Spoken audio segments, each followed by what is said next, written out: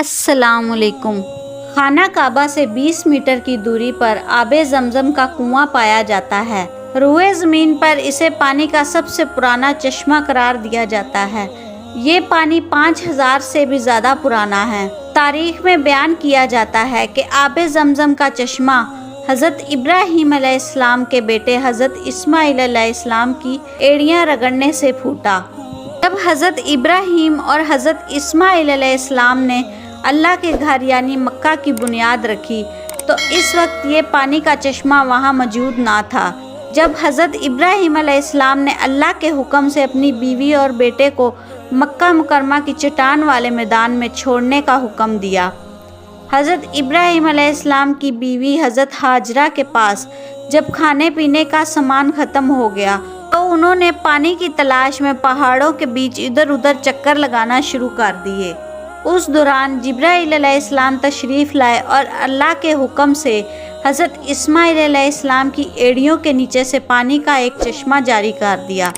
یہ دیکھ کر حضرت ہاجرہ خوش ہوئی اور اس چشمے سے پانی لے کر اپنے بیٹے حضرت اسماعیل علیہ السلام کو پلایا اور خود بھی اس پانی کو پی کر پیاس بجھائی۔ حدیث شریف میں نبی کریم صلی اللہ علیہ وسلم فرماتے ہیں کہ اللہ تعالیٰ نے حضرت ابراہیم علیہ السلام اور ان کے بیٹے حضرت اسماعیل علیہ السلام پر ایسی رحمت نازل کی کہ اگر ان کو اس چٹانی جگہ پر کچھ دیر اور چھوڑا جاتا تو ان کی ایڑیوں کے نیچے سے ایک بہت ہی بڑا چشمہ نکلتا اور وہاں پر ایک بہت بڑا دریا بہنے لگتا۔ حضرت ابراہیم اور حضرت اسماعیل کی جب مکہ مکرمہ میں آمد ہوئی تو یہ برکتوں کی سرزمین بن گئی۔ جب حضرت ابراہیم علیہ السلام نے اللہ کے سب سے پہلے گھر کی تعمیر کی تو اس کی اہمیت بہت زیادہ بڑھ گئی اور مکہ مکرمہ عرب کا تجارتی مرکز بن گیا۔ وقت کے ساتھ کچھ سال کے لیے زمزم کا پانی سوکھ گیا تھا۔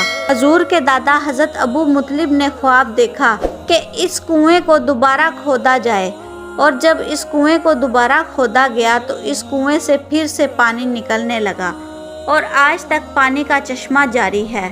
زمزم کے کنویں کو محفوظ رکھنے کے لیے اس کے ارد گرد محفوظ عمارت بنائی گئی ہے۔ زمزم پینے والا شخص جو خواہش دل میں لے کر زمزم پیتا ہے، اللہ اس کی خواہش پوری کرتا ہے۔ زمزم پینے کے لیے ہی نہیں بلکہ کھانے کے کام بھی آتا ہے اور ہر بیماری سے شفا دیتا ہے۔ ایک شخص بہت زیادہ کمزور تھا۔ اسے ایک شخص نے کہا زمزم پیا کرو، اور جب چند ہفتوں بعد وہ لوٹا تو بالکل تندرست ہو گیا۔ پوچھا گیا کیا کھایا ہے تو وہ بولا زمزم پیا ہے۔ حضور صلی اللہ علیہ وسلم زمزم بیمار کو پلانے اور اس کے اوپر چھڑکنے کے لیے کہتے تھے، جس سے بیمار کو شفا مل جاتی۔